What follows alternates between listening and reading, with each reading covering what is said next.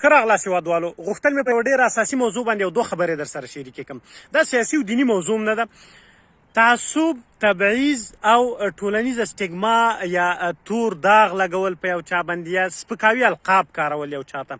ګورئ د موږ په ټولنه کې تر ټولو غټ مشکلات دا دي او متاسفانه هغه ځان ته تعلیم یافته طبقه وایي هغه تر ټولو ډېر کاروي.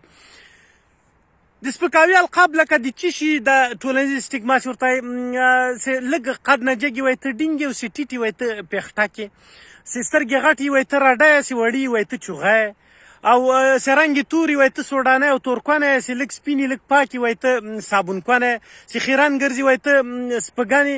په یوه کې هم نه یې ترې خلاص یو څوک که نه. پلانی ډم ده، پلانی جولا ده، پلانی ولا هزاره ده، پلانی پښتون ده او پلانی سید ده او پلانی ازبک ده او زه خو جګ یم غټه پښتو یم. دا ګوره دا په هغه تر ټولو وروسته پاتې ټولنو کې وګوره دا شیان موجود دي. ګورئ الله پاک وایي ولقد کرمنا بني آدم، ما وایي انسان ته کرامت ورکړی ده. دا انساني کرامت دلته ته نه دا نه دي ذکر چې ولقد کرمنا للمسلمین ولقد کرمنا للافغان ولقد کرمنا للعرب، دا شیان ګور نه دي ذکر کړي. بني نوع انسان ته په احترام قایل سئ، له ځان نه ټیټ مه ګڼئ. هېڅوک له بل چا نه ټیټ نه دي. هر انسان د بل انسان نه ټیټ ده او نه جګ ده. دا شی واقعا په خپله ټولنه کې پیدا کوي. ګورئ دغه اروپا کې تبعیضونه موجود نه دي. تک سپینه جلکۍ له تک تور افریقایي سره روانې، باور وکړه حتی دا موږ خلکو ته لا زور ورکوي. د موږ خلکو ته ځکه زور ورکوي چې دوی کې هغه تبعیض موجود ده او دې خلکو ته زور نه ورکوي. او دا خلک ګورئ نه تا دین پسې ګرځي، نه دي تا ملک پسې ګرځي، دا تا هغه شخصي سړیتوب ته پسې ګرځي. سیا تا کې انسانیت ستا او که نه. متاسفانه دغه شي کمی د موږ په ټولنه کې ډېر زیات ده.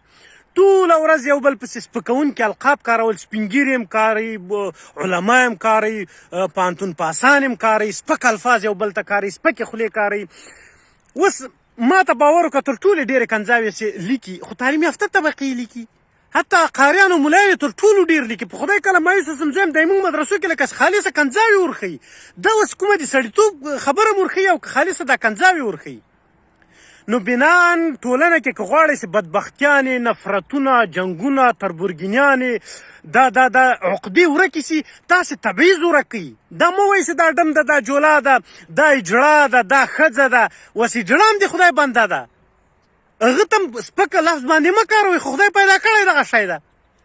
اوس یو پوډري ته دې ته هغه ارواپوهنې موضوع ده. یو پوډري ته که ته چېرې پوډري ووایي یوه ټولنه، هغه هېڅکله نه جوړېږي. هغه چې کله ټولنې ته لاړ شي خلک دې ته سټیګما وایي، خلک ورته وایي ای پوډري پوډري، هغه بېرته د رښتیا پوډري کېږي ځکه عقدی کېږي د خپلې ټولنې په وړاندې باندې.